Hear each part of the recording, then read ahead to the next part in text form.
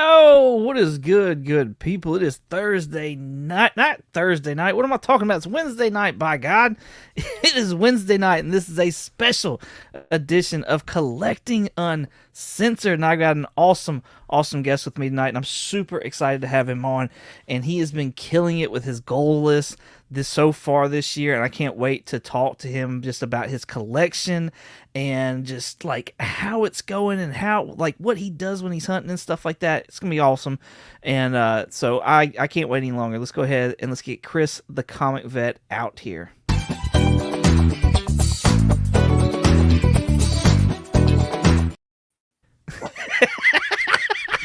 It's a right color tie. It's a right color tie. Hey, what's going on, man? Thank you for coming and hanging out with me. Appreciate you. Thank you for having me, 22. That was great. And the thing is, so my grandmother said to my father way back in the early 50s when he was starting to come into his own and everything, and she said every man should have a touch of red somewhere on him. Ah, well, the fact when you did that little vignette there and he came out dancing with the red tie, I'm like, I like it. Little like touch. It. Little touch of red makes a man good. Yeah. Nice. Yeah. Nice. All right, let's check out the chat real quick. I think we got a couple people in here. We got Cliff on comics. Let's get it. Appreciate you coming and hang out with us, Cliff. Brian LCS, a vet and a dog on the thumbnail. Dagger Cards is in the house. Two of my favorite bald men. That's what I'm talking about right there. Best haircut ever. Just saying. And it's not cheap to, if you go to the barber all the time. I do right? it myself. Yeah. Oh, bro, you got to go the safety razor route and like just buy a box of them off of Amazon. Oh, I like the clippers myself. I get too nervous, man, going around the back of my head with a razor and like. well, not a straight razor. Okay. So not the long blade or whatever that you got to like sharpen with the leather strap and all. No. I'm not going that old school. But like that old 50s like turnstile that the thing flanges up and it's a blade on both sides. Yeah, that. Man, that's perfect. It's perfect at home shave, I'm telling you. High and tight, yeah. Fantastic. Right. I love it. Dale Suspense is in the house. Part of the Iron Legion right there. Appreciate you coming hanging out with us, Dale. Awesome. We got some good people in the chat. Yeah. Chris, we got to talk to you though. This is called Collecting Uncensored, and there's so many different ways of collecting, whether it be stories or characters or first appearances, keys, things like that, slabs, raw, what have you. How do you collect, man? All of it. All of it. And I think we do. We do like a good bit. Yeah. Check. Everything you said. Yeah. What's your favorite? What's your favorite, though? It has to be the franchise. It has to be Spider-Man. Okay, so you're a character collector at the peak. The foundation of everything that's in my collection is Spider-Man. Nice. And then it goes outwards. Yeah. From the very first comic book that I ever bought with my own money, with my allowance money. It's still my parents' money, but for taking out the trash, I guess I earned it though. Yeah, that's and it wasn't easy because that could smell really bad. With the first book I bought on my own, because my parents were good to me though. Before I got an allowance, when we would go out to the local convenience store or grocery store, they would let me pick out a comic book. And when I was much younger, like 7 and 8, moving away from the scholastic type of books and that kind of thing, getting into comics themselves, it would be Archie or some of those other cartoon type of characters like Richie Rich or Casper. I'd pick up those books, and then one day there he was. It was the Amazing Spider-Man, and right away I heard that theme song in my head from the 60s cartoon, which I watched all the time. All the time. I don't I feel like I've been through about 10 or 11 of each one of the episodes, including the weird later episodes and stuff where Ralph Bakshi was getting into it. But still, there's a lot of episodes in that TV series too, man. There's like 4 seasons, isn't it? Yeah, yep. It's and they got trippy too. They got really trippy, and kaleidoscope eyes and stuff. You would just imagine, what those guys were on. And then into the early 80s, Saturday mornings, like everyone else, getting up first thing at the crack of stupid to watch TV. It was Spider-Man and His Amazing Friends with Iceman and Firestar, and then watching the Spider-Man cartoons, because there was always a Spider-Man cartoon on, whether it was brand new or whether it was the reruns from the 60s. And I was all about it. I was watching it all the time because we didn't get that many comic book characters as cartoons. And we would have Super Friends and stuff featuring all the DC stuff, but it was rare to get just a solo type of character. Right. And, for me, it was Spider-Man. And once I started reading the books and realizing, hey, like everyone else, I find Peter Parker to be relatable, and it just went from there. And then I remember my parents picking me up new comic book day books, or I should say new comic book, new comic month books. It would be the Hobgoblin ASM run, the Gang War stuff, probably around 240 to about 265, in around that area. My parents were picking me up books, not every month, because stuff would sell out, and it's at the forefront of your mind as an 8 or 9-year-old, like, oh, I have to go get the Spider-Man book, because other Spider-Man titles. There's Peter Parker Spectacular, there's also Web. So as long as it was a Spider-Man book, I didn't really care. So a lot of people talk about how Spider-Man's just relatable, and that's like everybody knows I'm not a Spidey fan just because I just don't get it or whatever. Yep, that's fine. How is he relatable to you? Like, I'd like to dive deeper into that. Like, what is it about Spider-Man that really is just like that just hooked you and just like makes him so relatable to you?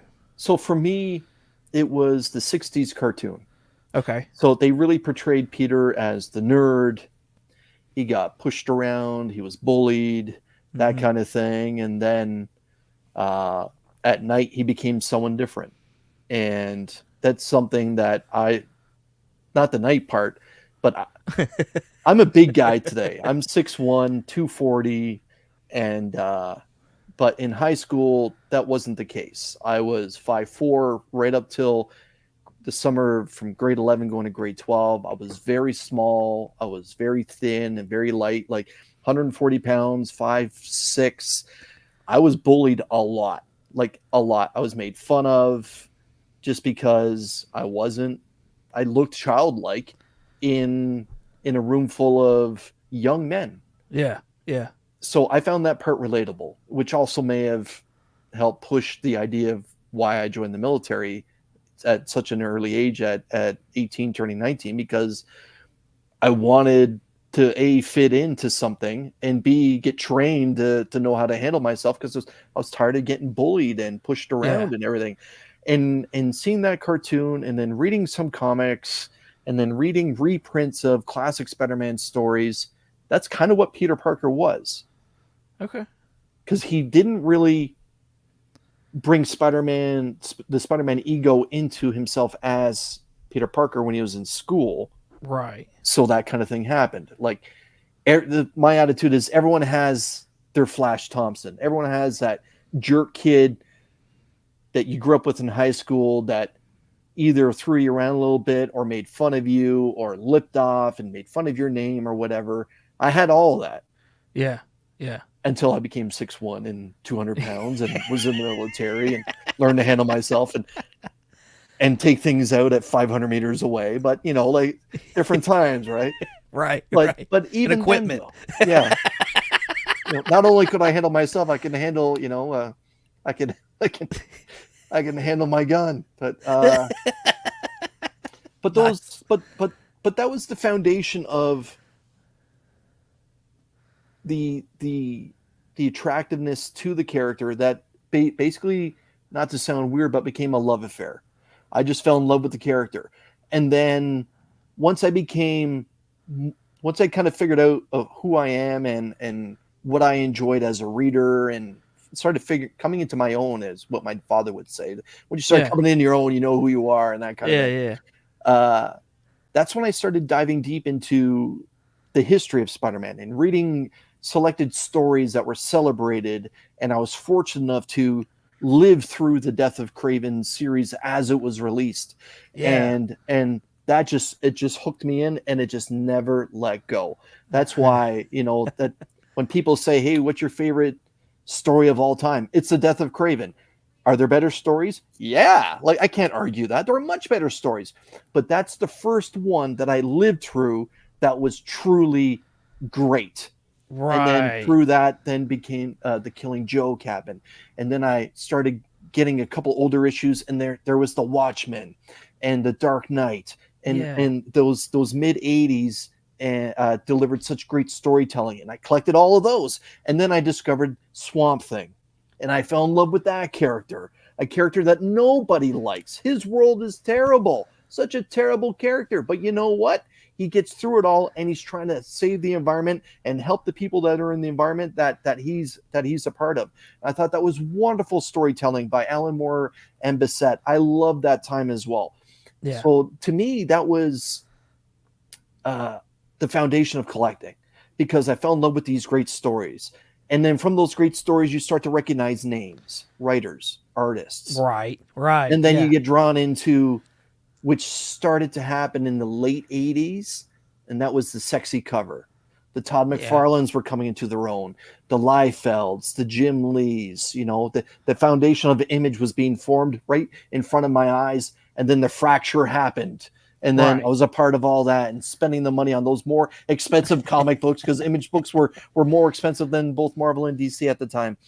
And that was really the foundation then of books that I really loved. And once you start working and you have a little bit of spare money, hey, I'm going to go back and pick up things that I like. Right. Yeah. Yeah. And that was truly the foundation. But to be honest with you, 22, I almost feel like I'm a second generation collector. Okay. And I got to look that way towards my mom. My mom had the foresight to see that you need to take care of things. So Nice. my mom was the great preserver, and she would take care of things that were mine from my childhood. And she would collect her, and my mom was into collecting hardcover books. She fell in love with Stephen King from The Shining. So she would pick up Yes. his books and try to get early editions, and she would collect that. And in my, like, watching that as a kid, I'm like, all right, so I get it now. When you enjoy something, you try to pick up other things of that same avenue. And that's what it was with her. Now, my father read comics. That's no big secret. I talk about that all the time. My dad loved American Western comics. My father was Nice. not necessarily into superhero books, because his forefront was the American Western. He loved the cowboy stories, Two Gun Kid, and the TV adaptation in Dell Books, and like Hopalong Cassidy and stuff. That's blame our parents. He and Cisco Kid and Have Gun Will Travel, all those books when they got published into comic book format, he would pick it Yeah. up. But he also enjoyed the historical illustrated books, and so stories of Davy Crockett and the American frontier, and that's that. My father was very pro-American, even though he was Canadian. He loved the history, history being illustrated, and he would talk about comic books like Superman and stuff. He goes, "Yeah, I read them. I enjoyed them, but I loved the Western. westerns." And Nice. that was the thing. And he passed away in 2009, and I was lucky enough to find one of his comics, and that was a Turok that from back in the day, the Dell painted cover Turoks. Yeah. So I had it cleaned and pressed, and I eventually got it slabbed. So I was so happy to find it. I'm like, I finally have something for my father. And because when he passed away, he was remarried with a brand new family. So that family kept a lot of his stuff. So I was lucky. I felt so fortunate to find this. And then a little while after that, I found a small stack of his westerns. So I have a small stack of his American Western comic books Nice. from the 50s and 60s, and they're great. Like, yeah, I can remember him telling stories that when he would get a comic book, because he grew up in isolation on the east coast of Canada in a small island province called Newfoundland. And they would because of where they were, it was just a fishing village. And they would have a large steamship come in 4 times a year with supplies, whether it be furniture and food and clothes. Wow. And people would go on these ships like shopping malls, and they would go on, and all the small children from the village would save up all their pennies and dimes, and they would go on, and they were smart about it though. One kid would be like, okay, I'm going to buy all the Westerns. You buy all the superhero ones. You buy all the history ones. And when we read them, we'll trade them. Yes. So that's what he was. So that's what he grew up into. So that's what he tried to impress on me. It was like, hey, if you have friends at school that are into comic books, like, you should trade with them, and so you can read those stories. And I'm like, I didn't have the heart to say, well, I don't want to let them go. Like, it's Spider-Man, Dad. I love it.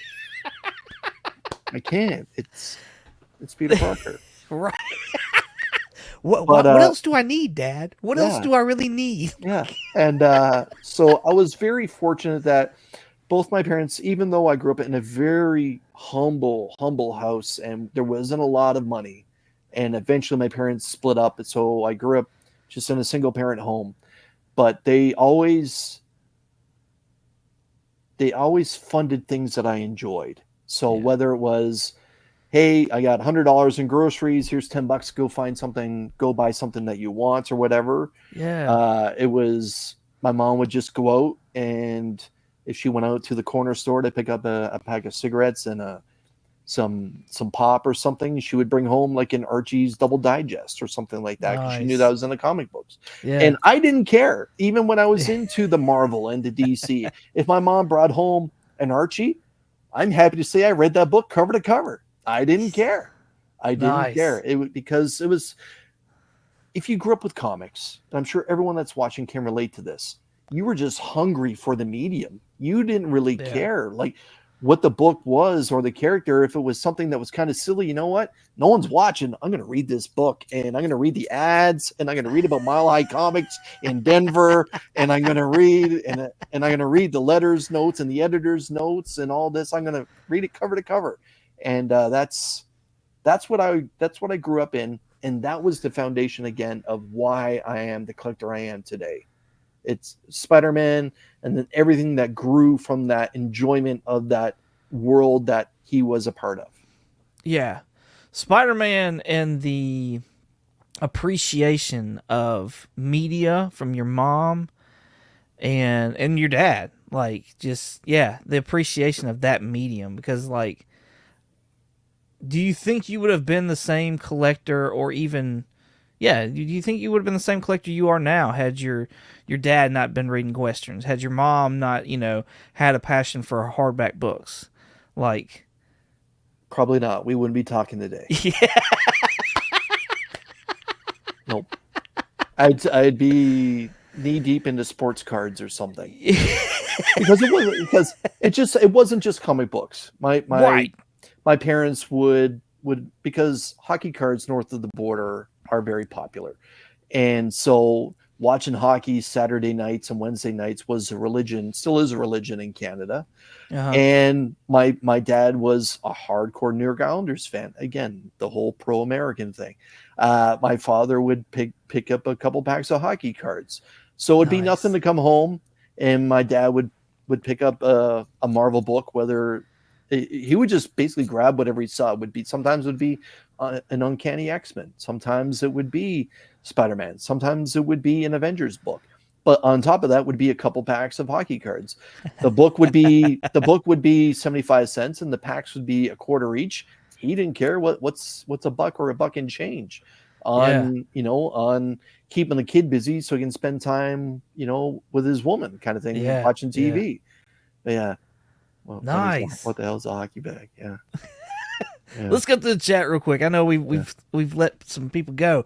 Lettuce Comics is in the house. For a moment, I thought my monitor was upside down. Y'all's hair is on the wrong half of your heads. That's where God wanted it, man. That's where God wanted it. That's good. I'm better looking today now than when I was when I had hair. Cali Comics is in the house. What's going on, sir? Thank you for hanging out with us this evening. Appreciate you. Bridazzle is in here as well. Hello, lady. Thank you for coming hanging out with us. Appreciate you. Let's see, The Lone Ranger. Did your dad read The Lone Ranger? He sure did. He sure yes. did. And it's through that, him telling stories about the Lone Ranger and Dell Comics and the offshoots, other ones that they were published. I got to learn that Silver was his horse, Tonto had Scout, and that was his horse, and then just went on from there. But yeah, that's how I found out about wanted posters and how things actually worked in the United States during that time frame, where people were being hunted down because and they were looked at for wanted posters, and all the crime was there. And yeah, that's Lone Ranger. He sure did read Lone Ranger. Nice. Were any in that stack? Lone Ranger, nope. There was some Roy Rogers. There was a Trigger book in there. There was the Rangers of Texas, I believe what's the name of that title? But yeah, there was no Lone Ranger, but there was Hopalong Cassidy, Cisco Kid, Two Gun Kid, nice. And a couple American history comic books as well, focused around the Wild West. Yeah, nice. Yeah. Bottom tier collector, my fellow statesman. My mom gave me my first trade paperbacks. When I was like 12, she gave me 4 collected editions of Bloom County comics. Bloom County, I don't even know what that is. Bloom County was a serial comic that was published in newspapers. Oh, okay. Yeah. Nice. Like a Sunday morning cartoon or comic, yeah. Okay, cool. Legion of Comics, Marks is in the house. He says, I'm just hungry. Full stop. Just hungry. Yeah. Bryant is in the house that I have comic issues. I have issues with comics. I think we all do. We all do. Mark says, what the hell is a hockey bag? That's an old inside joke, yeah. Yeah.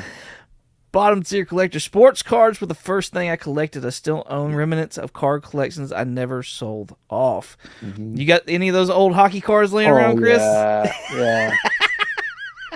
My Gretzky rookies is within reach. Yes. Nice. Yeah. Nice. That's awesome. You said it's in reach? Yeah. But I'm surrounded, so I don't want to stand up. Okay. I was just if you I was gonna give you an opportunity if you had it. So my mom would buy the foil embossed and holographic covers. Oh, I mean, smart lady. Honestly, in the 90s, she really didn't have a choice. Like, I mean, this is also very true. There was an abundance of them. All comics were slightly foiled or embossed or holographic covered. Yeah. There you go. Duffel bag. It's true. Nice. Just depends what side of the border you're on. Right. Same with toboggan. Yes. Yeah. That's great. So, Spider-Man's your guy. Sure. It didn't matter what. Are you strictly, like, now that you've become an adult, you've got adult money and stuff like that, is there anything that you're like, what's your goal with Spider-Man? Because I assume you have one. The goal is complete. As far as the goal is complete. The goal is complete unless I hit the lottery somehow and get an A at 15. The goal is complete at this point now. It started off with the first book that I ever bought with my own money was issue 274. Okay. And then later on in life, I was married for a while, and I was gifted Amazing Spider-Man issue 30. Nice. You want to see some books? Want to see some books? Yes, hell yeah. I want to see some books. Okay. Yes, hold on. Wait a second. Don't get ahead of me. Hot damn. All right. There we go. 274 was the first book that I picked up with my own money, and was gifted this. This is Amazing Spider-Man 274. Nice. I remember the reason why I bought this book over the Spectacular Spider-Man. This book had no ads. It's like 32 pages, no ads, and it was a Secret Wars 2 tie-in, and it was a wraparound cover with the Beyonder Mephisto there and floating heads. And I'm like, that sounds like a great deal. Right. So I still have my original copy. This is not it. Okay. That copy is just wrecked. But like I said, I was gifted the 9.8 version of it, and I love it. I'm thinking I'd like to try and find a couple of variants of it. There is a Canadian price variant for it, and also a newsstand edition. So I'm thinking that might be something I want to collect further down the road when I think Yeah. of it. The book I mentioned, the one that hooked me into the idea that I came up with was collecting the Amazing Spider-Man 1 through 50. Okay. And my ex-wife gifted me the Amazing Spider-Man 30. Nice. And Nice. she gave this to me for my birthday, I don't know, 15, 16 years ago. I've been divorced for a while, but she gifted me this, and when I saw it, I thought it'd be good to do 1 through 50. And I look back and I think, if I could time travel, I'd probably drop kick myself in the head, because that was such a bad idea. Such a bad idea. I highly recommend that you don't do what I did and think that, oh, I can work on Spider-Man 1 through 50 and I can have that done in a short amount of time. No, it took me basically a generation to finish this idea. But this was the book, and I was happy to have it, and I was surprised, and it really took me back, that like Ratatouille moment, took you way back in time. Like, oh my God, I feel like a kid again. Like, I haven't seen something like this in a while. And it was this book that sent me down that path that made me want to shoot myself. What? And so what I'm going to do, go ahead. So real quick though, what was it that, like, I know the book gave you the idea of the 1 through 50. What appeased you of that idea of 1 through 50? I wanted to get some semblance of my childhood back. Those moments where I was by myself, just me and a comic book and comic books that I loved. And I knew that those Spider-Man books could do that for me. Now, I'm not saying that I ever had Spider-Man 1 through 50, Right. but I had collected editions. I had the reprints. Okay. The Marvel Tales books. I had those. Yeah. So I knew what were in the books. And I just thought, hey, it would be great to do this. This could be something that I could do in my off time by going to cons around Toronto and around Ontario. And little did I know that it would take me across multiple states, two different countries, multiple countries. hundreds of miles, thousands of miles at this point. And I thought this might be something that my son could get into as well. And the offshoot was, my son didn't care for Spider-Man, but he fell in love with Deadpool. Really? Head over heels in love with Deadpool. Breaking the fourth wall, that sarcasm, that like just the silliness of different weapons and stuff. And he enjoyed it and embraced it. He was more into the trade paperback kind of thing. He liked he liked the idea of the single issues, but he was like, well, if I have $25, Dad, I'd rather go out to the movies with my buddies, and I'd rather buy the $10 trade paperback of 4 or 5 books versus that one single book. So he wasn't into the collectability of it. He was into reading the character, and I wasn't about to stop him from that, because if you just want to enjoy the medium for truly what it is, and that's just reading and appreciating good stories and artwork, then I'm going to welcome you into it, and I'm going to help you the best way that I can. Yeah. So that was something that we enjoyed. And then, but he didn't necessarily like the crowds and stuff of going to cons. Mm-hmm. And like, okay, but every so often he would be like, is there a con this weekend? Yeah, I think I'd like to go. All right, let's go. Now that goes more fuel on my fire. I'm like, all right, now, okay, I got to budget $20 for his stuff, and I got to do this for me. But yeah, and so I'm going to show 8 books in a row here. Okay. Just that may, like, looking back, I highly recommend that you don't do this. This is what not to do, especially if you love Spider-Man. I recommend that you go find a more modern character that you thoroughly enjoy. But your discretion is advised. This is the Amazing Spider-Man issue number 8 in the CGC 3.0. Nice. So this is the first appearance of the Living Brain. The Fantastic Four makes an appearance in the backup story, and again, just Stan Lee and Steve Ditko doing their thing. Yeah, and I I can't remember how I got this one. Just, I'm gonna be real. I don't think I've ever seen that book before, oh, like ever. okay.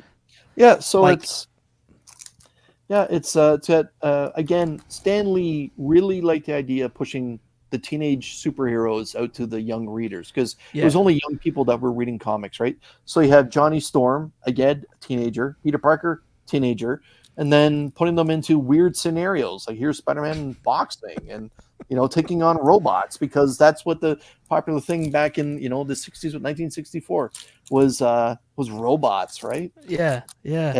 A special tribute to teenagers. So yeah, that's this is issue number 8. The next book I'm going to show is The Amazing Spider-Man issue number 7.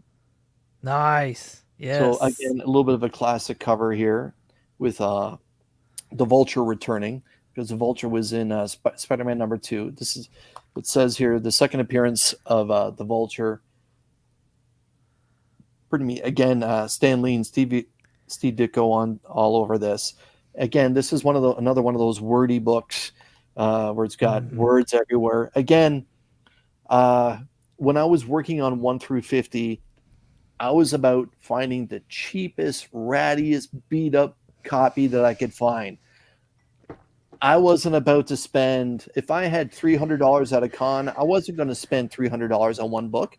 I was going to spend $300 on as many through 1 through 50 that I can. Right. So that's why this Right. one has the big old tear down here, which gives it a 1.5. But I don't care, because it's Amazing Spider-Man number 7. Right. Right. Like, Let me ask you this real quick. Yep. Since we're on that subject, now that you said you've completed your goal, which I assume is 1 through 50. Yes. Have you thought about going back and upgrading things like that Spider-Man right there?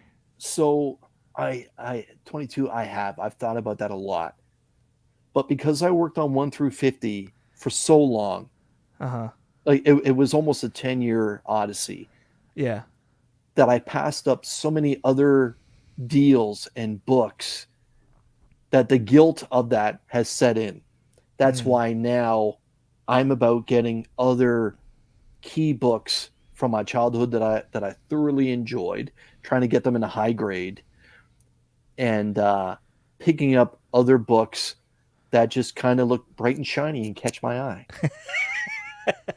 One day, yeah, I would love to just sit down and say, okay, this book can be upgraded. This book can be upgraded. But because I spent so much time and effort and money in doing this run, that I want to enjoy other books and other keys, and try and get some Swamp Thing stuff. Try and get some Superman books, like books that were just as important to me as a kid, that I could spend the money on upgrading, but now I might as well get a book that I've never had in a high grade, and just like moments like this, just enjoy my 1 through 50, but also enjoy the books that I've had to pass on that now I can afford to pick up. Yeah. So upgrading is always at the back of my mind. Like I could come across an ASM 30. I'm like, oh, well, that's a 7.5 and they want, say, $250 for it. But look, there's Transformers 5 and Crisis on Infinite Earth 7. I can get the two of them and just keep my ASM. So that's my thought. Maybe later. Go ahead. So you feel like having this already done and completed, like, actually gives you more of the freedom and the options to sit there and move on to greener pastures, so to speak? Absolutely. 100%. That's the perfect way of doing it. I'm just not ready to revisit 1 through 50. I don't think. Yeah. Just because it was arduous. Like it was tough. It was tough because I lived through, the COVID bubble, and was only 3 or 4 issues away from finishing it when the COVID bubble hit. And then those books just went insane. Right. Whereas a few months before, I had saw a 3.5 for a good, like, $200 US. I'm like, okay, I'll budget for that. And then COVID happened, and that same book is now $800. And I had a real hard time wrapping my mind around that. And there was just such a euphoric moment when 1 through 50 was finished. I was just like, I'm good. Like, I'm good. That's what I was going to ask. Like, how much of a weight did that really take off? Like, the combination of possibly taking a weight off and it being a relief, and the fact that you saw the prices of COVID and stuff like that, or through that COVID bubble. Like, was it a combination of both those? It was just like, I've done it. Like, I've done it. I've been there, and I don't have that pressure anymore. It was, not to like keep beating the dead horse, but it was just kind of like reaching the top of the mountain. Like, this is the first time in my comic book collecting history, outside of completing a series when it was being released as a kid, ElfQuest 1 through 32.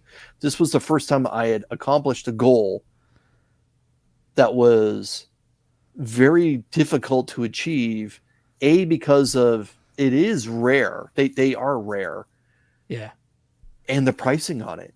And Spider-Man is at every single con. Every dealer has Spider-Man.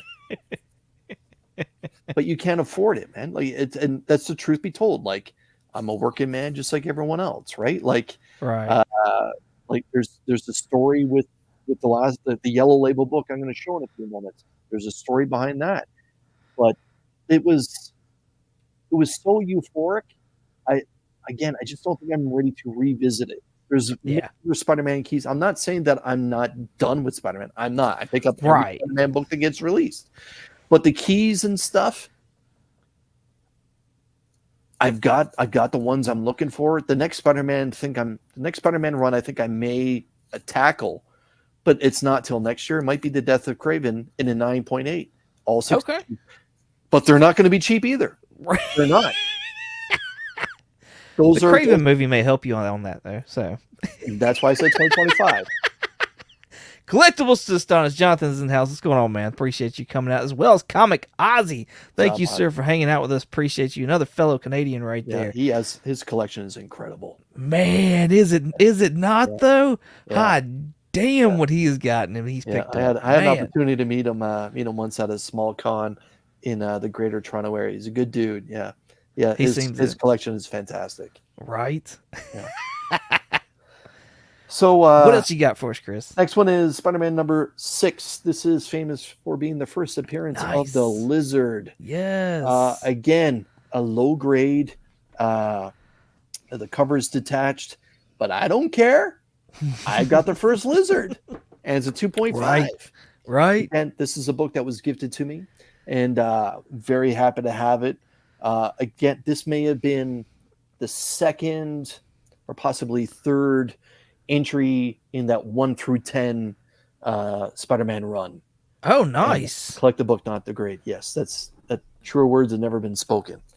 But yeah, next one I'm going to show is the Amazing Spider-Man issue number 5. The first time we have Dr. Doom in a Spider-Man title. Okay, nice. I can remember picking this book up at Dave and Adams, which is mostly known for the fact that they're a big sports card dealer online. They're based in Buffalo, and I can remember going to their store in Buffalo, New York, and them having a $200 price tag on it, and I'm like, I know that's wrong, so you're gonna have to let me have that book, and I'm just gonna walk it to the cashier myself, because that book is not supposed to be $200. But again, well before the COVID bubble, before everyone was deciding to, hey, it's trendy, I'm going to do Spider-Man 1 through whatever. But the first Doctor Doom appearance outside the Fantastic Four, and there is a Fantastic Four cameo in here. But yeah, another solid Ditko cover. But yeah, I can relate as well. 10 years going, sorry. Yeah. That again, G.I. Joe, a very difficult run. You think that would be easy? It's not. It's like Transformers. Man. You think it would be easy, but it's not. There are a lot of pricey books in there. G.I. Joe has more first appearances in their run than any other run in comic book history. It's mind-blowing. Right. Yeah, Mm. yeah. It's pretty crazy. Pretty crazy. Have you ever considered going for a parent's history? I feel like that's the Oh ultimate way to man, collect a favorite character. Spidey, that would be golly. Oh, So I'm fortunate enough to have like 1 through 50 knocks off all the Sinister Six first appearances. I picked up yeah, annual #1 last year, nice. so I'm good that way. But you just A parent, there's man, just because that would be amazing. That'd be Spider Man. That would be Web of. That'd be spectacular. That'd be yeah. Peter Parker. That'd be Marvel Mhm. Tales. Yeah. Marvel Saga. Like, holy And the thing is, shit, there's that's a a lot. lot. Yeah, yeah. That I've thought about. Yeah, maybe just picking up the big three: the Spectacular, the Web, and ASM1. Okay, I've been fortunate enough to have all three, just never at the same time. It's always got you. been moving on from a book or trading a book or whatever. Yeah, And yeah. yeah, the next one I'm going to show is the Amazing Spider-Man issue #4. This is Yes, the first appearance of Sandman. So nice. this is a cover that's kind of controversial. A lot of people don't like it. A lot of people do like it. But again, low grade is better than no grade. It's a 3.0. It could probably use a cleaning, a pressing, but to go from a 3 to a 3.5 and crack it and go through all of that and the headache and dealing with CGC taking a percentage of the value of the book because it's a higher value book, it's just not worth it. Right. It's just not worth it for me. But yeah, Yeah. this is the first appearance of the Sandman, but it's also the first appearance of Betty Brant. And again, Stanley, Steve Ditko hitting the ball out of the park if you're an ASM fan. Nice. Okay, the second last book I'm going to show in this run, I should say the third last book I'm going to show in this run is almost skipped it because it's not slabbed, but it's the Amazing Spider-Man issue #3, the first appearance Nice. of Dr. Octopus. Now, this book has a very cool story. I bought this book, and then this little thing called COVID-19 happened. And I have a U.S. postal box just on the other side of the border, just in Yeah. Niagara Falls, New York. And I had this book shipped to my U.S. postal box just to save on shipping, to save on customs. Ozzy would totally know what I'm talking about. Right. Like, Canadian customs are evil, and they will open your stuff and steal it and tax the hell out of you. It's just easier to purchase a U.S. postal box annually, have stuff sent there, go pick it up. So I picked this up, I believe, in February. And then it arrived in the middle of March, 3 days after the world stopped. Oh man. So COVID-19 happened, and the Canadian-US border was closed for 20 months. 20 months consecutively.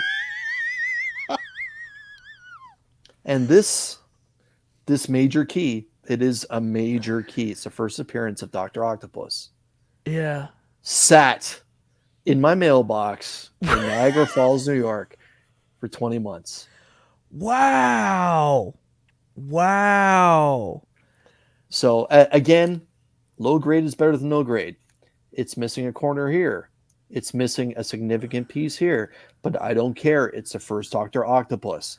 I will eventually get this slabbed just because I'd like them all 1 through 10 slabbed. And Yeah. it kind of breaks my heart that this book sat there for 20 months. But during that time, the book escalated in about $800 value while just sitting there doing nothing. That would have freaked me out so bad, though. I'm It not gonna was lie. Like, it it was would have tough. almost been a reconnaissance mission to get over there. It was tough. It was tough. It was really tough. The next book I'm going to show, Canadian Custom Kindler. Yeah. Yeah. Quint knows what I'm talking about, man. They're an evil property. The next book I'm going to show is, it's timeless. It's The Amazing Spider-Man issue #2. Nice. Yeah, this is a classic Ditko cover. You have all the reds and Vulture in the forefront. It's the first appearance of the Vulture, and it also has the first appearance of the Terrible Tinkerer as well, who's in this box down below in a separate story. But yeah, issue #2. Love it. Again, God bless America, because a lot of these books come from the United States, and I wouldn't know what I would have done without the United States and the Spider-Man collection. And the cool story about this Yellow Label book I'm going to show you is, I mentioned earlier that I was married. My marriage ended, and we had to sell the home, and so we sold our home. And I then became a single parent myself. I had full custody of my son from a previous relationship. And I decided, okay, well, I'm going to purchase a home so that he doesn't have to transfer schools. He was part of a football program, part of a rugby program, and was becoming popular, and he had a good circle of friends. So I wasn't about to move far away and make him transfer schools. The last thing you want to do to any kids when they're in high school is flip their world upside down. Right. So we sold the house, and I put a down payment on this place, and I had a little bit of money left over, and I thought, you know what? I'm gonna get the big boy. I'm gonna kill off the hardest book through 1 through 50. So I bought The Amazing Spider-Man issue number 1, and it came in to my U.S. postal box. And I went down there and I opened it and I got it back, and I owned it for just a couple of weeks. And then Stan Lee announced that he was coming to Fan Expo Toronto, and he was going to be making his final appearance in Toronto. Yes. His final tour across North America included a stop up here in Canada. And I can remember just chatting, and I looked at my son. I said, so do you think I should crack that slab and get it signed by Stan Lee? And he looked at me and was like, yeah. So I present to you my copy of The Amazing Spider-Man issue number 1 in a solid 2.0 off-white to white pages, signed by Stan Lee right through the middle there. Nice. Less than 6 months before he passed away. The book was signed on my mother's birthday, September 3rd in 2016. It's the first appearance of J. Jonah Jameson and the Chameleon, the first Fantastic Four crossover. What's also not mentioned on this label is that it is the second appearance of the Amazing Spider-Man. Amazing Spider-Man. Holy crap! So yeah, The Amazing Spider-Man issue number 1. And the thing is, this book at the time cost me $2,700 on eBay. I had 3,400 Canadian to spend, and that was the best. That was the highest grade I could get for that price point. And I wanted the AF-15, and I couldn't get one less than 4,000 US. So I was $1,300 short US at that time from owning Amazing Fantasy 15. I don't regret it. It's just something that I talk about as well. Like, I was this close, and that's probably as close as I'm ever going to get to getting AF-15. But the fact that I got the ASM one in that book then eventually led me to being in front of Stan Lee and saying to Stan Lee, "Thank you for Spider-Man." And he said in that Stan Lee voice, "You're welcome." And it was just priceless, because I never would have cracked the AF-15. There's no way I would have cracked that book to get signed. I know there are multiple copies that are out there. I just wouldn't have been that guy that would have cracked one. But the ASM one, I was more than happy to crack. And the last book I'm going to show when it comes to Spider-Man is the last one in the run. It's not the last one to finish the run. The last one to finish the run was 41, the first Rhino. Okay. This book was also gifted to me. And it's Amazing Spider-Man 50. Yes. So I do want that one in my PC at one point in time. I do want that. Like, that's the Spider-Man book I want. Yeah. So this is an instantly recognizable cover. It's famous for being, Spider-Man No More, and also the first appearance of Kingpin. Right. And timing is everything. This book was gifted to me, and I know she didn't spend that much money on it. Maybe 200, 250 on it. But my God, this is a 4-figure book now. Like, right. Right. Talk about books that exploded. Like, yes. This is expensive, but this one over the time period that I've owned these two books, this is the one that's gone up highest percentage wise value. Right. This is blue chip. This will just always steadily climb. Some people will pay 5 figures for it. Some people will say no, 8 or 9,000 for it now. But this one, from what she paid for it to what it's valued at now, percentage wise, pound for pound, my God, this book has exploded in value. Well, another thing too is that like you're saying, you know, ASM #1 will always be a blue chip key. 50 though, I would say more than not the reason why is because of Vincent D'Onofrio. You know what I mean? 100%. And so like to have an actor be the reason why the value fluctuates. Yep. That's you know, that's treading on thin ice. Can't argue. And let's admit, a low grade, like, so this is 3.5. This is, to me, this is still a low grade, right? Like just a 4 is probably nice. where you would say mid grade begins at 4. Like what this is now to the point where people who are working on 1 through 50 are trying to get like a 1.8 or a 2.0 because this has become so damn pricey too, right? Yeah.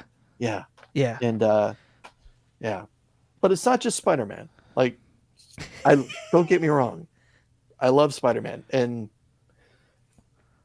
his stories before you change on gears on me. Yeah. Before you change gears on me, let me ask you this question with the ASM #1 that you've got signed now by Stan Lee. Amazing book. Amazing book. And you talked about how close you were to an AF-15. Looking back now with what you have, and I know you said you don't regret it, but I want to ask this question. Would you trade your ASM-1 signed by Stan Lee and that moment that you had for an AF-15? There's no way. That's awesome. That's awesome. There's just no way. Like I get choked up thinking about it. There's just no way. It's just one of these that'll be with me till I'm gone. And then I told my son, I'm just like, when it's time to take care of what's remained, I want to be buried. I don't want to be cremated. Bury me. Sell the Spider-Man 1 to pay for that. And 2 through 50 will take care of you for a long time. Let them go. Let them go individually. Don't sell them as a lot. Let them go individually.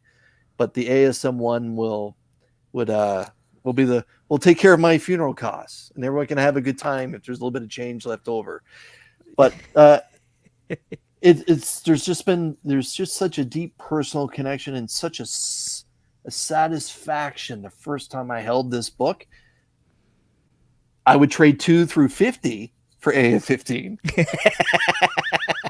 But this one I can't. This one I just can't let go. I'm not in that point. I'm not in that frame of mind at this point in my life. If you ask me 10 years from now, hey Chris, would you consider flipping the 1 for 1? I might 10 years down the road where I'm just like, I want that book so bad I can't think straight. But there was just, once I realized that AF-15 was not a possibility with the money I had available at that point in time. Right. I shifted gears and I was just focused on ASM-1. There was just no way I'm getting into a 0.5 AF-15. They're just not out there. They're just not out there for the price that I have available. Right. Again, the Canadian dollar was terrible at that time. Again, 3,400 Canadian for a $2,700 US book at that time.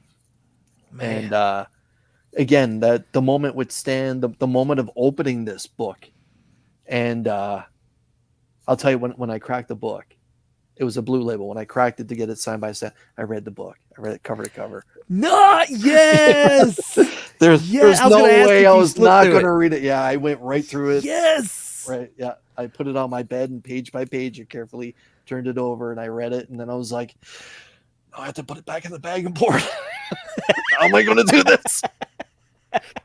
Yeah, that's awesome though. Yeah. Just that entire experience. I don't think you'll ever forget that, and that's freaking amazing. Yeah. Well, thank you. Yeah, that was so that's why I say I'm done with 1 through 50. that it's just it was just such a large portion of my collecting life. I need to leave it in the past. I don't need to revisit it other than just appreciate it at this point now. Yeah. Now, if I stumble into, like, if someone says, hey, I have issue 33 in the 3.0, I'll trade you it and a couple $100 for your 1.8. Okay. But you got to, like, it literally has to be put in my lap.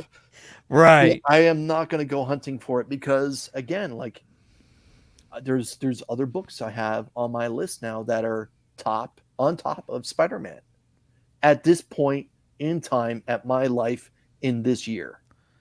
Like what? Transformers 5. Are all dead. Are all dead. I want that in a 9.8. I was actually gifted it last week, a reader copy. Right. From my LCS Retro Rocket Comics Shameless Plug. Yeah. And he was kind enough to just give it to me. He's like, hey, when you get your 9.8, give it away. I'm like, all right. And that's what makes this community so beautiful is acts like that, acts of kindness. That book is something I'm chasing. I'm chasing The Death of Robin in a 9.8. I believe that's Batman 423. Chasing that in a 9.8. And DC versus Vampires. Again, something stupid. I don't recommend this. I wanted to collect 1 through 12 in a 9.8. Well, I've got like 5 or 6 issues, all in the 9.8. But the problem is, no one got them slabbed, so they're not on eBay. There's lots of variants, but I just want the cover A's. And working on that, I thought was going to be, that's easy. I'll finish that in like 3 or 4 weeks. Well, here we are now, 7 months into the year, and I've been stuck for the last 4 months. Can't find one copy that's just a cover A graded that got a 9.8. So I'm just gonna have to start looking away from eBay and start looking at different websites for that. But yeah, there's a couple other books that I'd like to get. I had an Incredible Hulk 180 that I had won, a 180 that I had won from Torpedo Comics in an 8.0 Mark Jewler's insert, and I traded that book. I traded that book for my ASM 2, the first adventure. That's how I got into that. It's how I got into my ASM 2. I just traded it straight up, $3,000 book for $3,000 book. Nice, done. Just done. And or maybe it was $1,800 book for $1,800 book. But now I'd like to get back into a low grade copy of that, and that's something that's now on my radar because I have 181 and 182. I like to have the Wolverine trilogy. Yeah, and but yeah, that's those are some books I'm interested in, and some other stuff that pops up in my mind now and then. I'm like, how did I not have that book? So let me respond to this real quick. Hey, honey, love you bunches. So I know, and I'm sure anybody that watches your channel knows you're a fan of that DC Vampires storyline. That's one of your favorites, and that's probably why you're going for the 9.8s, right? Yes. So, but why The Death of Robin? So The Death of Robin was, again, one of those moments in my childhood that was a big blip on the heart monitor. I had started reading Batman a few issues before that. Jim Starlin was at the helm, and I thought, my God, Robin is so mean. And then you quickly realize, well, that's not Dick Grayson. And and because I wasn't reading Teen Titans, so I wasn't aware that Nightwing was Dick Grayson. I realized it's Jason Todd. Then I started to like him being mean. And then the Death in the Family storyline was presented, and I'm like, well, I hope they don't kill him. Like, they're not going to kill him. They can't kill Robin. This is Batman and Robin, man. That's what we're talking about here. Like, Batman and Robin. And then they killed him. And people voted on it. And I wanted to vote, but you couldn't because it was only U.S. numbers, but I actually dialed the number that got connected to the United States, and then I dialed and I voted to keep him alive or whatever. But They Okay, so your vote did count. That's my, good. my vote counted because apparently it was pretty close. But then they killed him, and then I was so hot to get that book. Like, how are they going to do it? Like, how's the Joker going to do it? Like, how are they going to tie Jason Todd's mom into it all? And then they did, and it was wonderful. It was just a great story. And then to see, like, in the pages of the explosion happening, spoiler everyone, from 1985, and then Batman showing up, and he's too late. He was just too late. Yeah. How often have you ever heard a hero not being there at the exact right time? Right. Especially of all of them, DC's franchise being Batman. He was too late. And then those pages where he's literally walking out of this big explosion with Robin in his hands, lifeless. It's seared into my mind. And again, it's one of those books now that I remember. Hey, I still have my copy as a kid, but I want it in the 9.8. I want it nice. I want it great. I want it in a nice, pristine copy. So that's why it's just one of those moments from my childhood as I was expanding into different books that something big happened. And when I got into the world of Batman, they went and killed Robin. And it was the fans that did it. What do you think of them revisiting that story now and like doing a what if scenario essentially? It's 10 years it's too late. I really feel I wish they would have done this instead of breaking Batman's back in the early 90s when Bane was introduced and they broke Batman's back and they brought in Azrael. I wasn't a fan of that story. Now, don't get me wrong. People that are, God bless them. I think Bane is a great character. I just didn't like that arc. And I thought it was just a cash grab, something they decided to do to Batman after they saw the success of killing off Superman. Something else that I wasn't very happy that they did. And I just thought, hey, while we're doing this, if you're going to do it, why not give us an Elseworld story, or what if Robin lived? So now that we have it in 2023, 2024, I feel that's something that's 25 years too late. I get, and people that pick it up now and they read it and they enjoy it, good for them.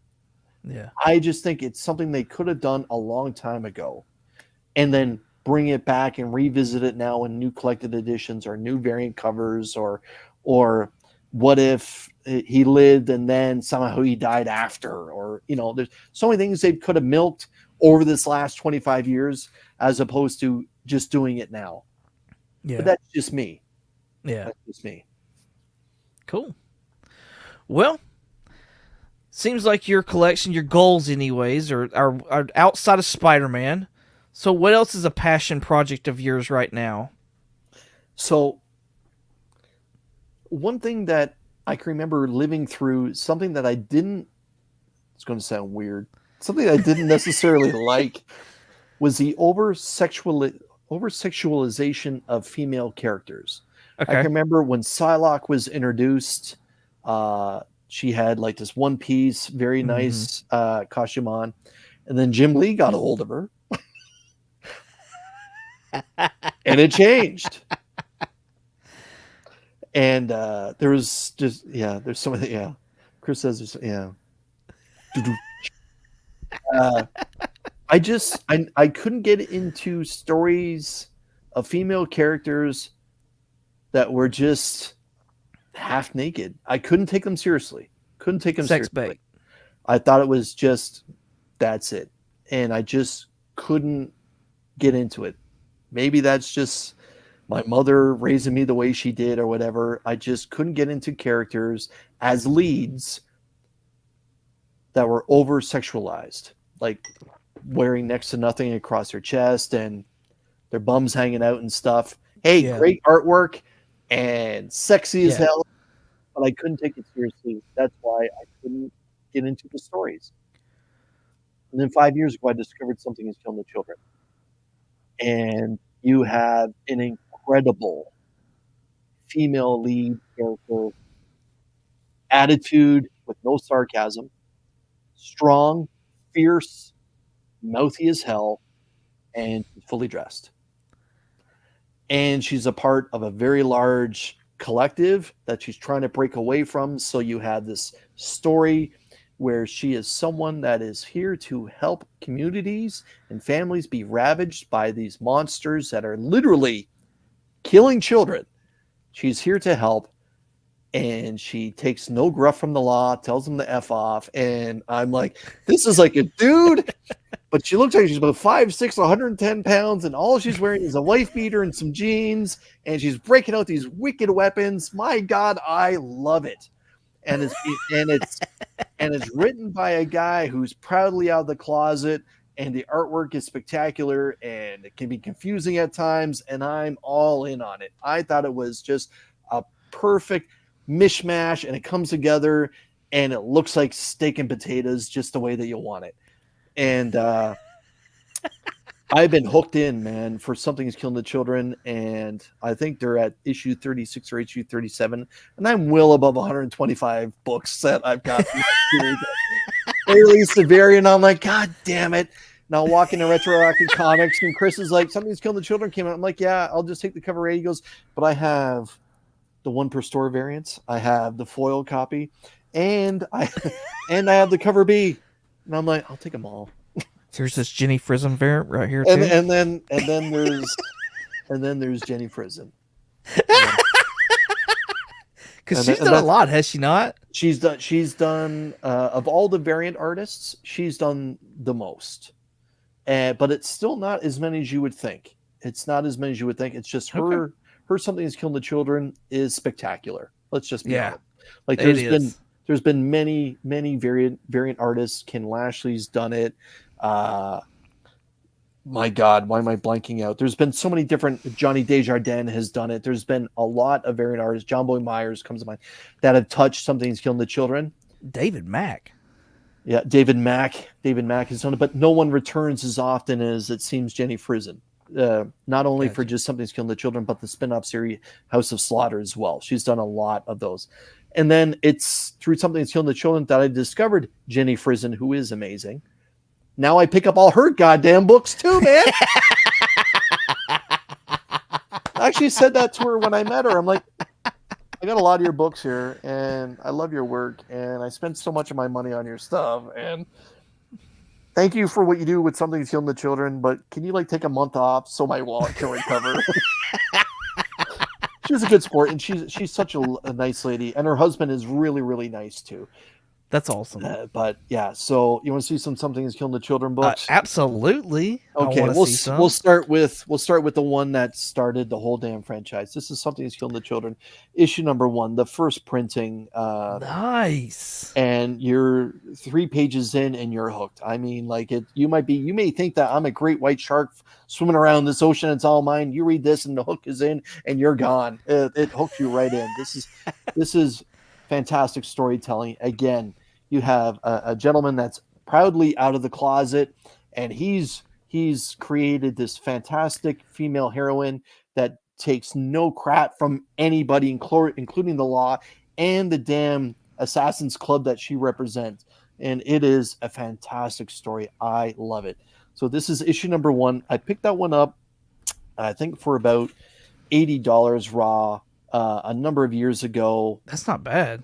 I got hooked into the story, and then with issue 5 is when I was hooked in monthly, and then I went back and got the trade paperback for the first arc 1 through 6, read the whole thing, and then I started picking them all off. That book then went hot, and it's still hot. I just had that book cleaned and pressed just a couple weeks ago. It will be getting submitted and sent off to CGC. Nice. So, Something's Killing the Children, issue number 1 had a variant cover by Jenny Frism, and it was called the Unlocked Retailer Edition. And I have a number of these. I do have a number of these. This is a 9.8 CGC Jenny Frism, her very first take on Erica Slaughter, and this is probably one of Jenny Frism's most famous covers, let's be honest. Absolutely. Because again, she's known for Something's Killing the Children, and vice versa. And I liked that book so much that I thought I would get it signed by Jenny Frism. So So I have Jenny Frizen across Erica's mask here in gold, and actually got James Tynan IV to sign it up there. Double sign. Look at you. This was a book that the very first time I met Jenny Frizen, I had Jenny Frizen sign it, and it was a guy was providing the witness service, and he said, "Okay, I'll submit the book, but if you're interested, for $20, I'll take your book and I'll get James Tynan to sign it because I'm doing a private signing with Tynan." I'm like, "Take my money. Here's my book. Just take my money. Yeah, I'm good." $20? That's a fucking deal. $20, but yeah. And so it took about 7 or 8 months, but finally it was delivered to my mailbox, and then COVID happened, and there it sat.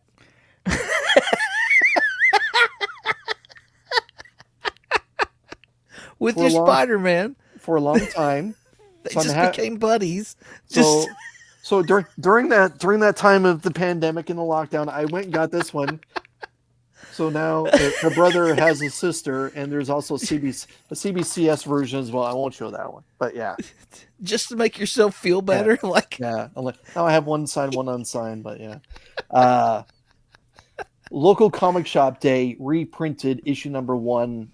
I believe 3 years ago now, in a foil copy. It was one of the first times that Boom Studios actually ever did a foil book. And this book actually has some value as well now, too. Yeah. Now, there has been many reprintings. Some have value, some don't. But this is just a foil reprinting of issue number 1, and it actually does have some value.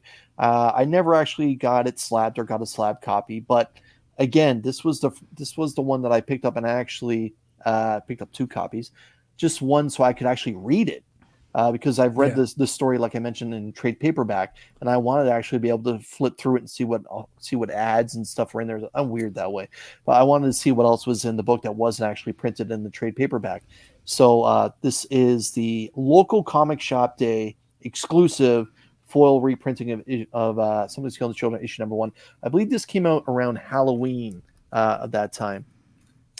Question. Now, yep. So, do you prefer floppies over trades?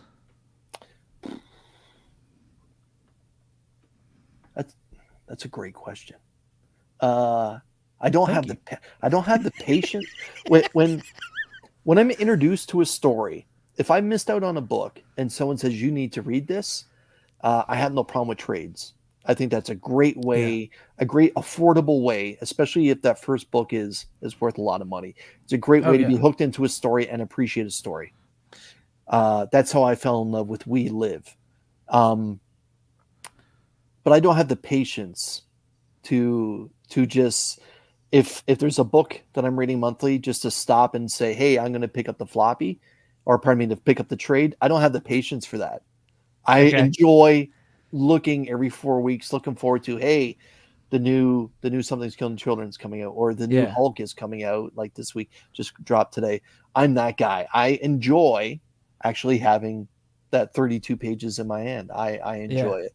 I don't mind going to the comic shop every Wednesday. It's just a part of who I am at this point now. Okay. So I'm going to show you some of my favorite covers, because I'm not going to go 1 through 32, or we'd be here all night. But issue number 5, I thought, was one of the first banger covers. That is a good one. This is Erica just flying over the trade dress again, the biggest trade dress in comic books. Just flying over it, just going right at the monster. And again, this is what I'm all about. Just a fearless female character that takes no crap from anyone, knows what her role is, does her job, and just wants to be left alone. And this is just her in mid-flight. She has no superpower. Just in mid-flight coming down on this monster here. And I just thought it was just so damn good. It's just one of those, you see it in wrestling sometimes, just still photography, like a wrestler up in the air about to come down, like Rey Mysterio or something, a high flyer. That's what I thought when I saw this. And when I was going through my Somebody's Killing the Children books for this show, I thought, oh, that's one I'm gonna have to pull it for 22 to show.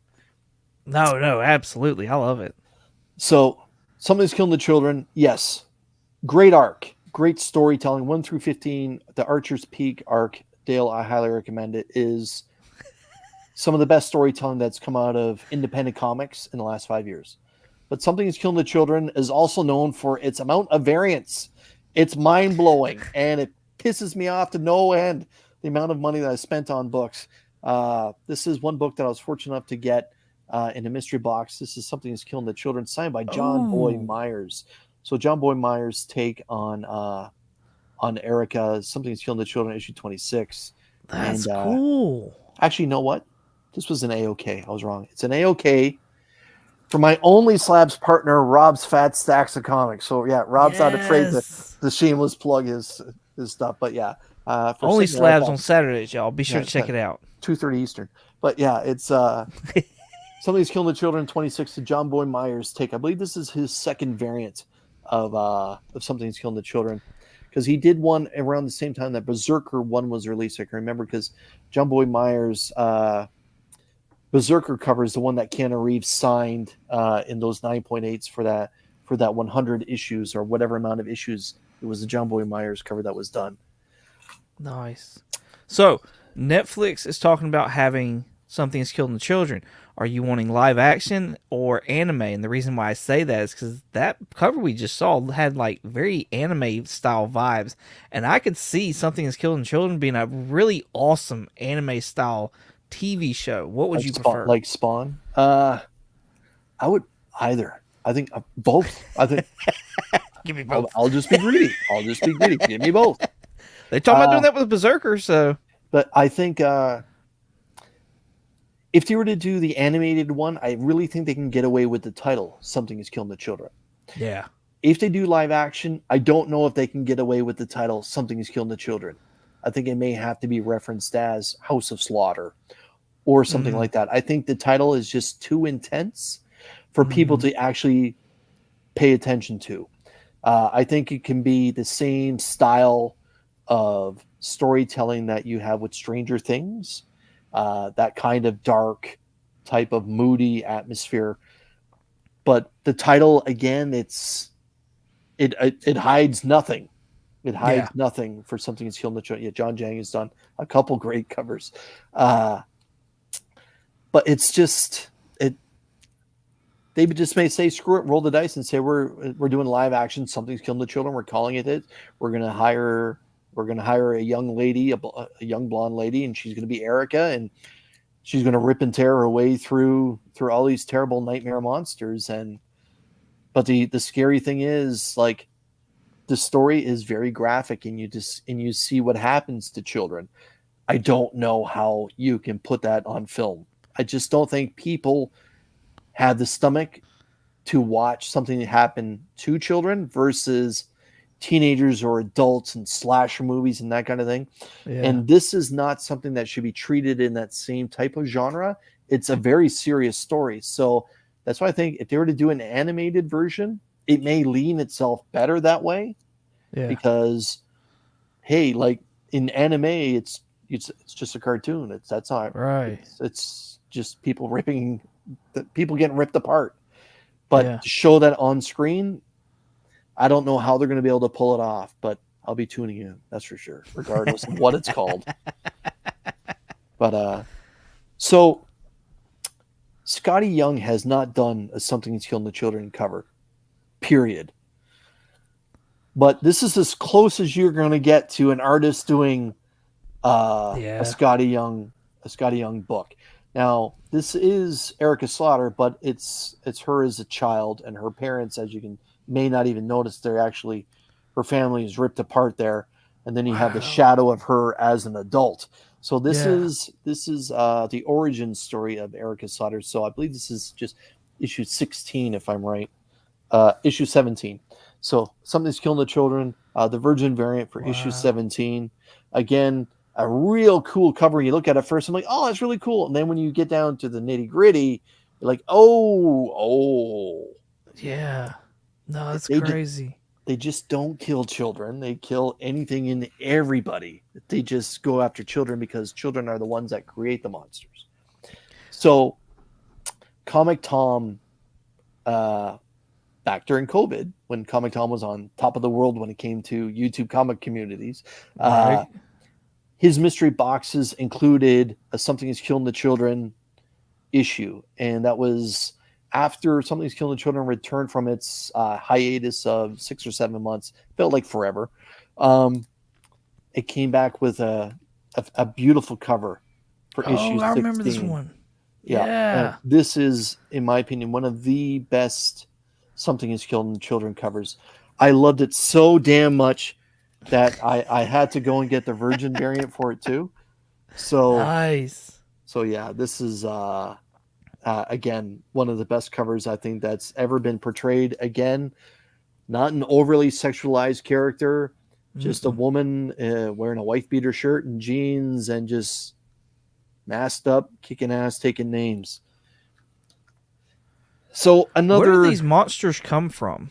So the stories are the monsters are literally just manifestations of children's fears. So a child is afraid of something, that energy will then manifest into something that will become a monster. Then the monster in turn feeds on that child, and then wipes out everything else that's in close proximity. So brothers, sisters, mother, fathers, grandparents, aunts, uncles, whoever's in that house, it will stop at nothing. And the thing is, the older you are, you can't see the monster.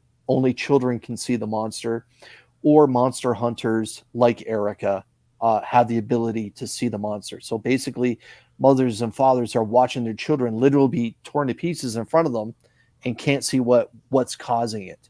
They can only see the child be ripped apart. Again, just wildly original story, and that's what hooked me in. Again, you would think that every issue has this. No, that only happens a handful of times in all the comics. It's the drama surrounding the monster, trying to track the monster, the law showing up, and the police are like, well, what just happened? And then what's this woman that's here too? And I recommend picking up the trades. If you haven't seen it, pick it up. Yeah, it's effing dark. We all know that foil comics have returned with a vengeance. I just showed this. The Something Is Killing the Children issue 1, the foiled out version. But this cover, again, is just incredible because they worked the foil into the artwork. Oh. So her two blades have blood on them, and they catch the light, and they're foiled up. Those are cool. So again, pretty damn cool book. I think this is a later release. This might be like 28 or 27. So again, this is one that I really like. This would be a book I would put down in front of Tynan and then possibly get slabbed, like have him sign across the blade or something. Yeah. Catching that foil. But yeah, I when I saw it, it was one of those books that I just can't not pick up because it'll haunt me if I don't pick up that book. So I have a couple more slabs and we'll wrap it up. I don't want to keep everyone. I know it's starting to get a little late, but this is Something Is Killing the Children, issue 21. This is the Warp Zone exclusive, signed by James Tynion IV. This is a book that I won last year during Comics Curing Cancer. Last year in Comics Curing Cancer, I went into it with a tight budget that I threw out the window. And like most people, right? Let's be honest. If you participate in Comics Curing Cancer, like this, whatever you have left on your credit card, it's gone. But this was a cover that I'd never seen before, and it was already slabbed. And I thought the artist, who is the artist? I want to get him. Ben Haney. Is it Haney or Harvey? Ben Harvey. I got to give him props because he worked the trade dress into the artwork itself. And I love when artists do that. So this is Something Is Killing the Children here. As you can see. Oh, yeah. The pink spray paint is the trade dress itself all around the staircase. James Tynion IV signed it just above all the monsters. You can see the monsters' eyes throughout the... Again, apologies about the glare. But awesome. You can see Erica with just a couple small children she's protecting, with the monsters coming up the staircase, and the trade dress worked into Something Killing the Children, worked into spray paint across this hallway. I thought it was just a great piece of work. Again, another cover that I had not seen before. And helped a wonderful, beautiful cause. Let's be honest, a beautiful charity, right? And picked up something that's going right into the PC. That's starting back up in October, right? Yes, it is, and they're seeking items now. So if you have anyone who's watching or catch us on the replay, if you have a double of a particular issue that may have a little bit of value, send it to Rob, send it to DJ Link, send it to Legion of Comics. Make yourself feel good. Donate it to Comics Curing Cancer. All the proceeds, all of them, go to the American Cancer Society. Look, I'm Canadian. Into the American Cancer Society, but it's a wonderful thing. It's it's a charity that helps people and their families that are dealing with cancer. It's not just like we're throwing money towards a cure. No, they're helping people live their life while dealing with cancer, and that's the part that hooked me in. When I found that out, I'm like, I don't care that it's a society of a different country. I want to help the best way that I can. So. Yeah. The most badass Something Is Killing the Children cover I saved for last. The last book I'm going to show. I saw this book, and it was a Frankie's Comics exclusive. And of course, it happened during the goddamn pandemic. So I knew I was going to be screwed, and I had to wait. And the older I get, the less patience I have about waiting for comic books.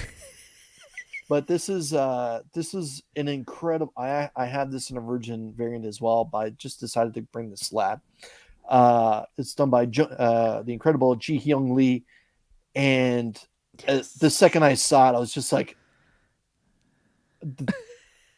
"This is, I feel, hands down the best Something's Killing the Children cover ever made," and it is a perfect example of what Erica Slaughter, the main character, truly is when she's dealing with monsters.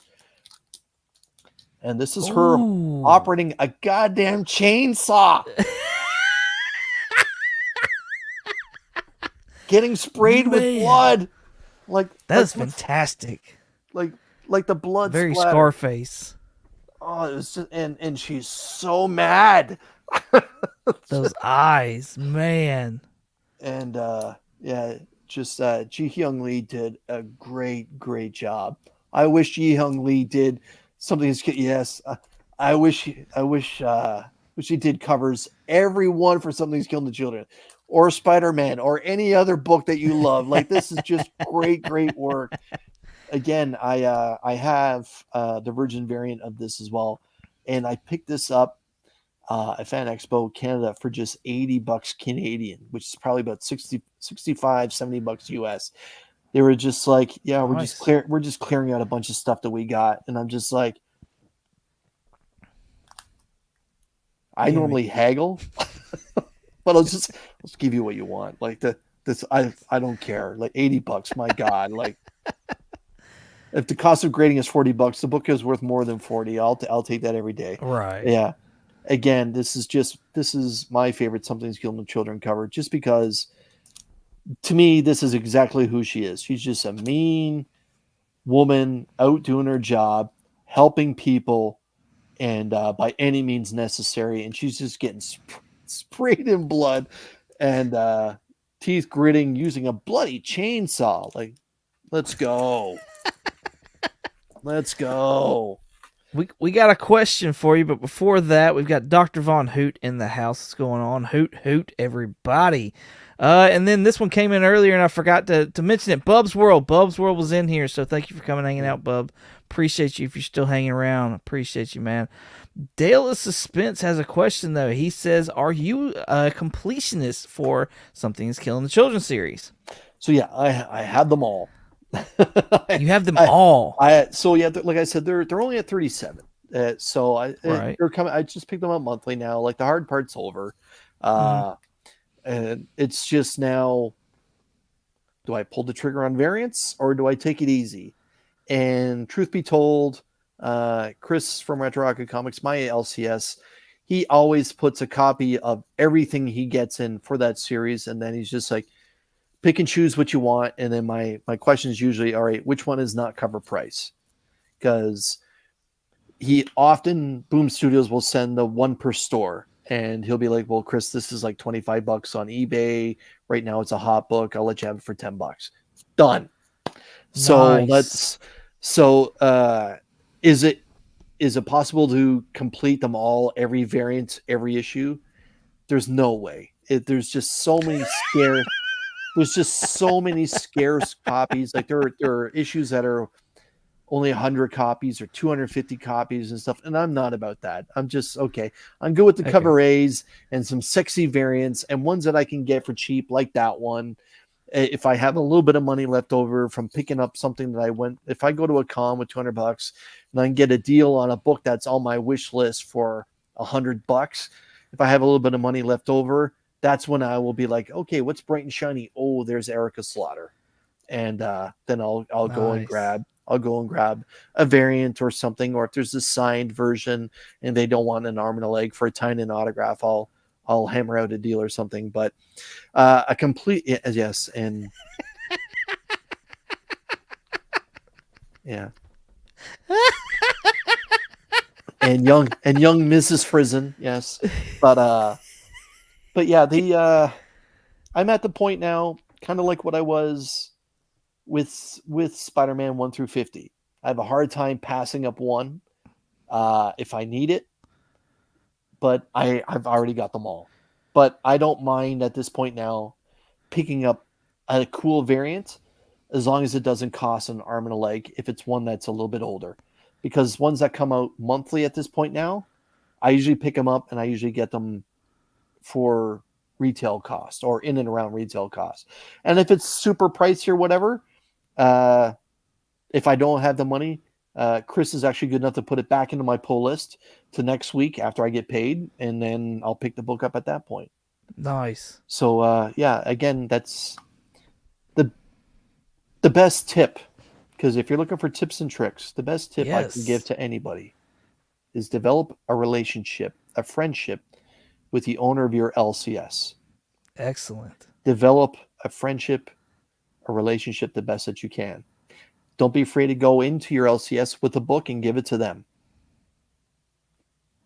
Don't be afraid, because don't make it just a one-way street where you're going in, you're paying money, and you're taking books. Stop.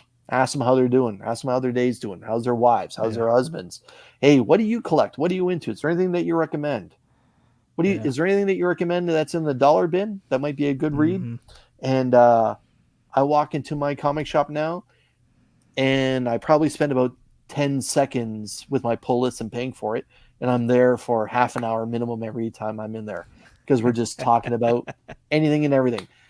Politics, faith, sports, movies.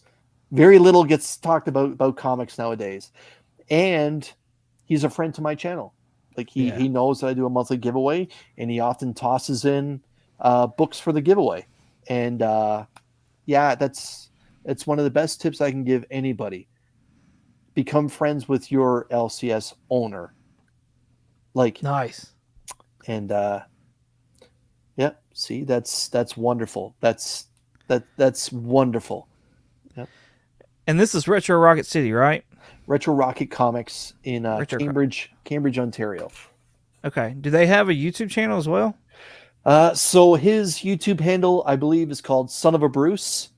Okay. And the Instagram handle is Retro Rocket Comics. They're active on Facebook as well. I've left Facebook years ago. And they also have a website, Retro Rocket Comics. And the cool thing about it is there are Canadians from coast to coast that don't have access to an LCS. And through word of mouth or checking out my channel and stuff, they've reached out to him, and he puts together a pull list for them bi-weekly or monthly and then ships them out to them. Like awesome. TM Nerdy, who's a member of the comic book community. He's way out on the east coast of Canada in a very small province that doesn't have a comic shop in it. And Retro Rocket Comics sends books out to him every couple of weeks. And yeah, that's Chris right there, Son of a Bruce. Yeah, it's awesome. Very kind guy, and toys and the whole thing. And yeah, and the other trick, a good trick when it comes to comic book collecting, is don't ever go somewhere with a debit card or a credit card. Just carry cash. Yes. Because if you go in with that debit card or credit card and you know that you have X amount of money in one certain bank account that you can access with your debit card, or a certain amount of money on your credit card, Yep. You're probably going to spend it. So, and that just goes for life though, but especially when it comes to something that you're very passionate about, and that is this particular wonderful medium that we call comic books. If you're going to a con, you're going to an LCS, bring cash, because you will get that hard stop, and you'll know when the end of your day is. And or you'll know then that, hey, low grade is better than no grade, as opposed to that high grade. Well, and that's twofold as well, because not only is it, a hindrance for you to overspend, but it's also cash is king at cons. You've got way more haggling power if you can throw out some greenbacks, and more availability too, because right, more dealers just want cash. Now some dealers do have a point of sale, and wonderful, nice. They do have point of sales available, but you're going to get charged tax, the whole 9 yards. There, it's just like a normal retail transaction, as opposed to a garage sale type of transaction, like what some cons are, where he's just like, hey, what do you want for that book? $20. I got $10. Will you take $10? No? All right. I'll go to that dealer. He has the same damn book. Right. Yeah. Right. I'd love to haggle. Right. Got any wiggle room? Yeah. Got any wiggle room? That's great. Hey, no, that's some fantastic tips. Yeah. Fantastic tips. I do have something that's killing the children question, though. Sure. That I want to ask real quick. A lot of people, when it first came out, I believe probably that first and second arc, a lot of people were on board. A lot of people loved it. Mm-hmm. And as time has gone on, a lot of people have fallen off. It seems like, anyways. It seems like, and maybe I'm wrong. I'm just perception here. Yep. I know you, and of course circumstances are like some of the bigger people that I follow that still love Something Is Killing the Children. Why do you think or understand why people fell off, and should they jump back on? Yes. The last arc featured a demented villain that was also female, and from the UK. Hello, DVH. And she was sinister, and I can tell you, people dropped off because after that first arc, which was 15 issues, Tynion decided to do the origin story of Erica Slaughter, and he introduced a whole lot of new characters right off the bat and didn't give them much of a backstory. And that origin story probably went longer than most people expected. Now, that's the thing. If you're a Tynion fan, you'll know that it's a little bit of a slow burn sometimes with Tynion. And the thing is, they took a break and the arc wasn't finished. So again, the curse of independence. A lot of people don't stick around for independence all the way through. They usually hop in with different arcs. Like, think about it. Some people read Spawn. How many people do you know that have Spawn 1 through 300? But how many people do you know that have 20 or 30 different Spawn issues? A lot. Yeah. So I think it's a curse of the independence. A lot of people don't pick up that same independent story all the time. But the origin story of Erica wasn't as exciting as that first arc. The first arc had drama, death, monsters. The second arc was a lot of politics and drama about the assassins that decided to take her into their fold. After that finished, we now have the third arc, which concluded a little while ago with a new female villain named Cutter and a new type of monster, which was a shapeshifter. And it was fantastic and gory and mean, just as good as the first arc was. But a lot of people dropped off because of the origin storytelling that took a little too long, only because there was like that typical independent break in between issues. Like from 27 to 28 was 6 months, and it lost a lot of people then. So, but that's when the House of Slaughter would come in with a story, or that's when Tynan would do Blue Book, or Tynan would do something else, right? Like Tynan doesn't seem to have the ability to do 5 or 6 titles all at the same time. He'll take a break and Nice House on the Lake. Now I'm going back to Something's Killing the Children. Now I'm going to go do House of Slaughter. Now I'm going to go. So he's kind of all over the place, but needs time to do all that kind of thing, which is fine. Everyone needs to live their life. But right now we're into issues that are just single-based issues of stories of Erica when she first became a monster and different monsters that she's encountered. So they're just single-based issues. So now would be a good time for people to be introduced into Something's Killing the Children so you can find out what it's like and it just be a self-contained story in just that one issue. So I think now is a perfect time to return. I think it's on, like I said, issue 37 or 38. And again, it's just... the continuity is that Erica is just a young woman that's fresh out of Killing University and is now on her own to take on monsters.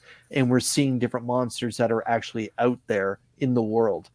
And now would be the time to hop on board or just go pick up the trades. The first trade 1 through 6 with this as the cover. If you buy it and you don't love it, let me know and I will eat my words. It is a fantastic story. Again, it's a different book. There are many pages where you actually have to read. It'll be like 3 graphics of art across 2 pages. You have to read left to right across both pages and then go back to the left page and go right across again and then again. So it's different storytelling at times, but that's what makes it unique. And you don't get unique all that often anymore when it comes to comic books, let's be honest. So when you get something that's just this, every so often you get this story that just kind of blows your mind. And when I came back to comics 8 or 9 years ago, superhero storytelling was still the same. It was cool stories were still happening. And then I read Something's Killing the Children and it blew my mind.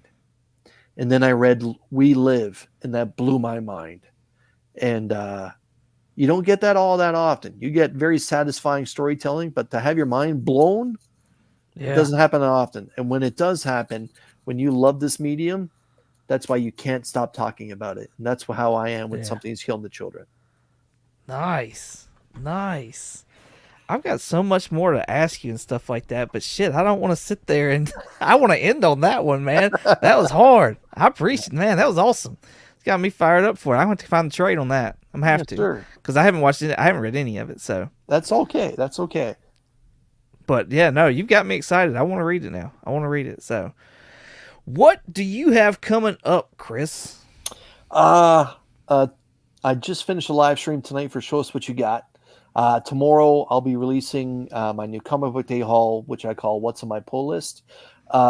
It's just me sitting in my car freshly from... Yeah, I can talk. The older I get, the more of a storyteller I am. It's fantastic. Just freshly outside Retro Rock Comics from spending my money, and I sit down and I show the books I picked up. Also, there's books that... and I should say there's a couple items in there that are be going into the Comic Army box, which is a channel member exclusive giveaway that I do monthly, the first Wednesday of every month on Show Us What You Got. And I also spotlight an autographed book from a legend that we lost about 3 or 4 years ago that I'll be giving away during my 2,000 subscriber giveaway when I ever hit that number. I think I was at 1914 earlier today, so I'm about 86 subs away from 2,000 subscribers. So when that number happens, I'll be giving away. You know what? I'll just show you the damn book. I'll be giving away this Iron Man issue 255 signed by Herb Trimpe, the co-creator of Wolverine.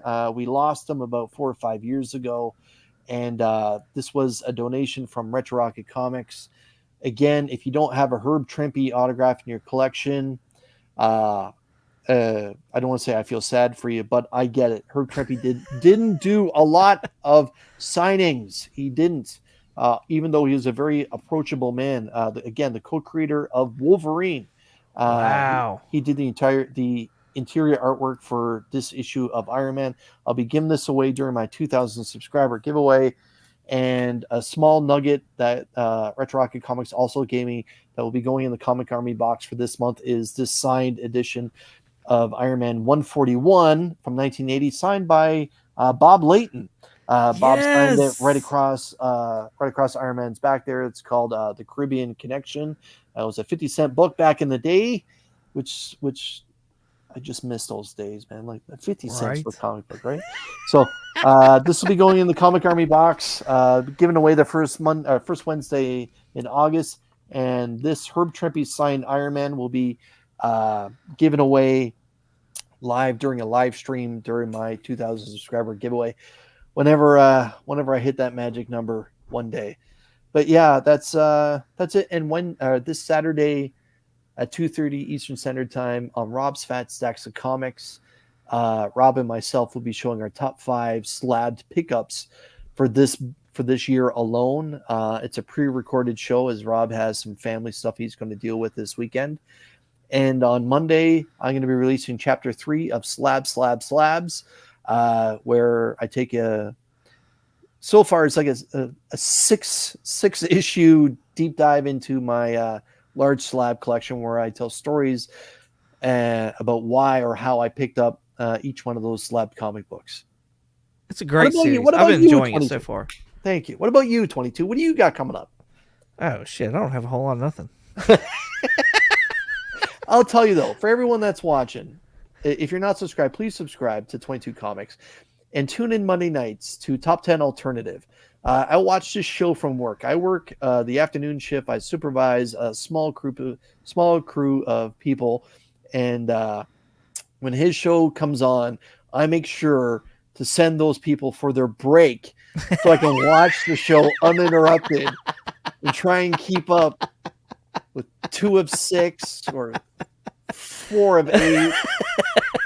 And in the end, I end up losing to Trev, the shipping guru. Always seems to have way more books than I do, because most of those books lately are just damn DC books.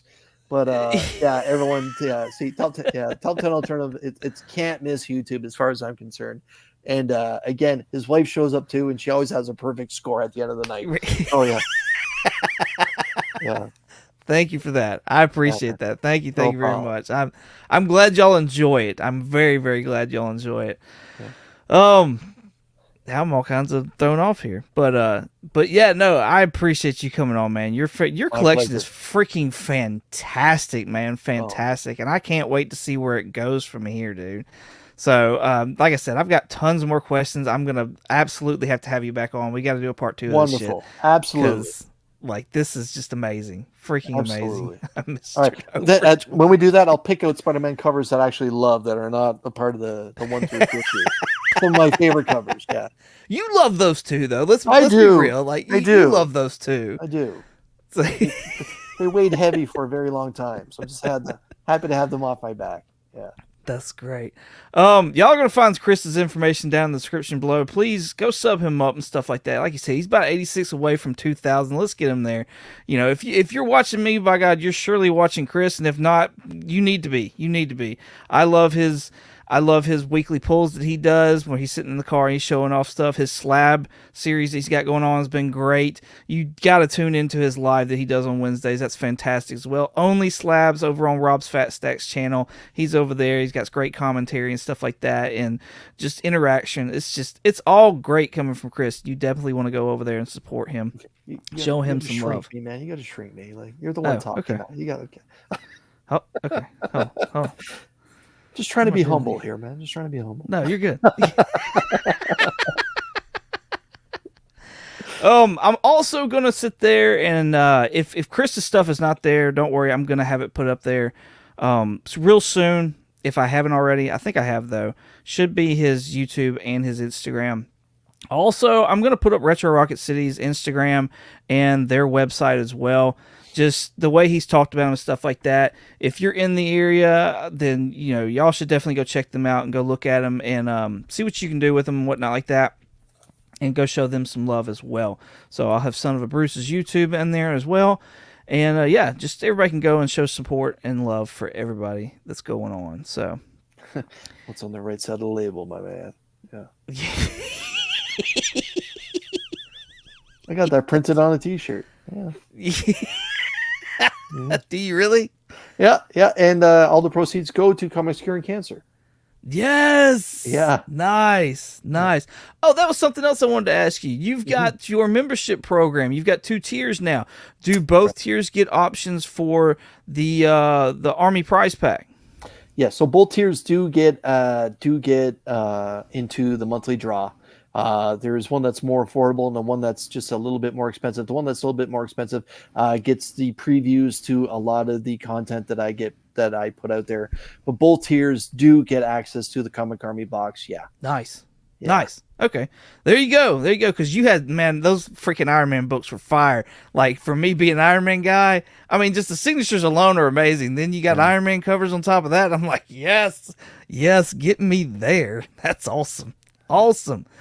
Coming up here in about 2 weeks, I'm going to have another person on, and let me pull that slide up real quick. And his name is Hyper Combo Comics, another Canadian. Y'all might know him from Newbieverse or Black Crown Comics. I had him on earlier as well. This man has an amazing collection too.